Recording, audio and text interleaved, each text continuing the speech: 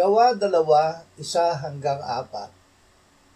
Nang dumating ang araw ng Pentecostes, silang lahat ay nagkakatipon sa isang lugar.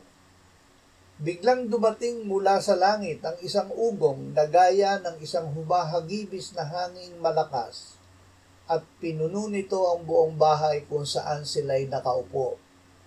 Sa kanila'y may nagpakitang parang mga dilang apoy na nahahati at lumapag sa bawat isa sa kanila. Silang lahat ay napuspos ng Espiritu Santo at nagsimulang magsalita ng iba't ibang wika ayon sa ipinagkaloob sa kanila ng Espiritu. Tinupad ang pangako.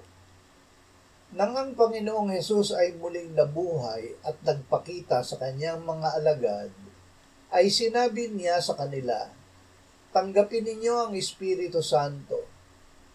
Ilang araw bago siya umakyat sa langit ay sinabi niya sa kanila, "Hindi na aabuti ng maraming araw mula ngayon na kayo'y babautismuhan sa Espiritu Santo.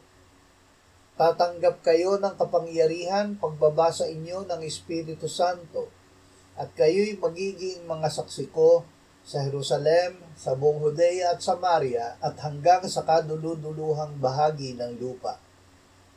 Ipapadala ko sa inyo ang pangako ng aking Ama, subalit manatili kayo sa lungsod hanggang sa mabihisan kayo ng kapangyarihang galing sa itaas." Tinupad ng Panginoon ang kanyang pangako.